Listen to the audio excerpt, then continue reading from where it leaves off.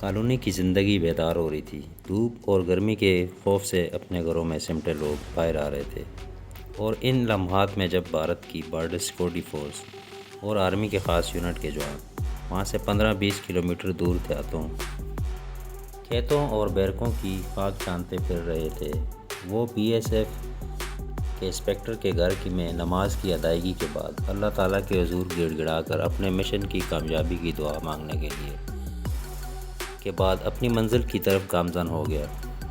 اس کی گھڑی بھارتی وقت کے مطابق شام کے 6 بجا رہی تھی، جس کا مطلب یہ تھا کہ اب یہاں جوانوں کی ڈیوٹیاں بدلنے والی ہیں، اور یہی وقت تھا جس میں وہ آسانی سے کسی بھی طرف سلپ ہو سکتا تھا۔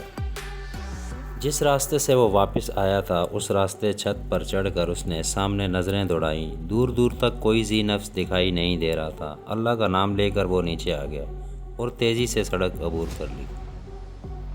اب اس نے زیر تعمیر عمارت کا راستہ چھوڑ دیا تھا اور مصنوعی جنگل کے ساتھ ساتھ چلنے والی سڑک کے کنارے موجود بڑی بڑی خودرو جنگلی گھاس میں داخل ہو چکا تھا۔ اس گھاس کا سلسلہ جنگل تک پھیلا ہوا تھا۔ اس راستے میں کہیں کہیں تھوڑا سا خطہ اراضی خالی دکھائی دیتا تھا، جہاں سے جھاڑیاں سر اٹھاتی نظر آتی تھیں۔ کمر کے بل جھک کر وہ جنگل کی طرف سفر کر رہا تھا۔ اس سے بمشکل 10-12 گز کے فاصلے پر سڑک پر سائیکلوں پر بی ایس ایف کے جوان آتے جاتے دکھائی دے رہے تھے۔ ان میں وہ بھی تھے جو اپنی ڈیوٹی آف کر کے آئے تھے، اور وہ بھی تھے جو اپنی ڈیوٹی پر جا رہے تھے۔ مصنوعی جنگل کا آغاز ہو گیا تھا، سڑک جنگل میں داخل ہو رہی تھی، لیکن اس نے اب سڑک سے ہٹ کر گھوم کر کوئی مناسب جگہ دیکھنے کے لیے بعد اگلا لائے عمل طے کرنا تھا۔ سورج اب سامنے درختوں کی اوٹ میں اتر گیا تھا، اور سرخی مائل روشنی کی لمبی لکیر چاروں طرف پھیل چکی تھی، لیکن جنگل پر ملجگہ اندھیرا اتر آیا تھا۔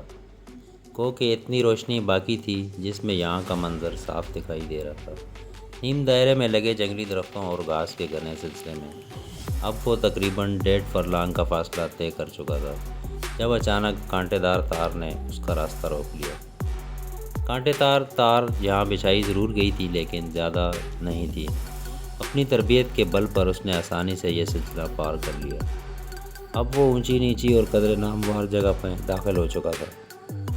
یہ شاید قدرتی شکست و ریت کا نتیجہ تھا۔ جلد ہی گھنے درختوں سے اسے کمروں کی ایک قطار جھانکتی دکھائی دی۔ اس کے ساتھ ہی راکٹ لانچر کے فائر کا زبردست دھماکہ ہوا، اور وہ کسی لاشعوری عمل کے تحت زمین سے چپک کر لیٹ گیا۔ اس کے ساتھ ہی ایل ایم جی اور پھر دوسرے خودکار اسلحے کی فائرنگ کی آوازیں سنائی دینے لگیں۔ کیپٹن جمشید نے زمین پر لیٹے لیٹے اندازہ لگا لیا تھا کہ اس سے کچھ فاصلے پر نظر آنے والی ان بیرکوں کے آگے شاید وہ لوگ کوئی مشق کر رہے ہیں۔ یہ اس کے لیے بہترین موقع تھا، اس اطمینان کے بعد کہ ارد گرد کوئی گارڈ موجود نہیں۔ وہ قریباً بھاگتا ہوا بیرکوں کی پشت پر پہنچ گیا۔ بیرکیں 10-15 سال پہلے کی تعمیر شدہ دکھائی دے رہی تھی، شاید پہلے انہیں کسی اور مقصد کے لیے تعمیر کیا گیا ہو۔ اب تو ان سے ملکہ درختوں نے انہیں اس طرح اپنے اندر چھپا لیا تھا کہ یہ وہ انہی کا حصہ معلوم ہو رہی تھی۔ درختوں کی شاخوں کے اتنے ڈھیر بیرکوں کی چھتوں پر پڑے ہوئے تھے، اس میں فوج کی ایک کمپنی آسانی سے چھپ سکتی تھی۔ ان لوگوں نے شاید یہ کبھی سوچا بھی نہیں ہوگا کہ کبھی اس طرف سے بھی کوئی بلا ان پر نازل ہو سکتی ہے۔ فائرنگ کی آوازیں جاری تھیں جب اس نے بندر کی طرح ایک درخت پر چھلانگ لگائی، اور دیکھتے ہی دیکھتے اس نے شاخوں کے رستے بیرک کی چھت پر پہنچ گیا۔ اس کی نظروں کے سامنے اچانک ہی مکمل میدان جنگ آ گیا تھا۔ 3-4 کنال سے بڑے ہموار خطہ اراضی میں مختلف جگہ ریت کی بوریوں کے پیچھے دیواروں پر وہ لوگ فائرنگ کی مشق کروا رہے تھے۔ ایک کونے میں ایک نوجوان کو کندھے سے لگا کر راکٹ لانچر چلانے کی تربیت دی جا رہی تھی، جبکہ باقی لوگ خودکار اسلحہ سے چاروں طرف اس طرح فائرنگ کر رہے تھے جیسے تربیت یافتہ فوجیوں سے کروائی جاتی ہے۔ اور فائرنگ کرتے کرتے اچانک ایک طرف گرتے، پھر کلا بازی کھا کر دوبارہ اٹھ کر کھڑے ہوتے اور ٹارگٹ پر فائرنگ شروع کر دیتے۔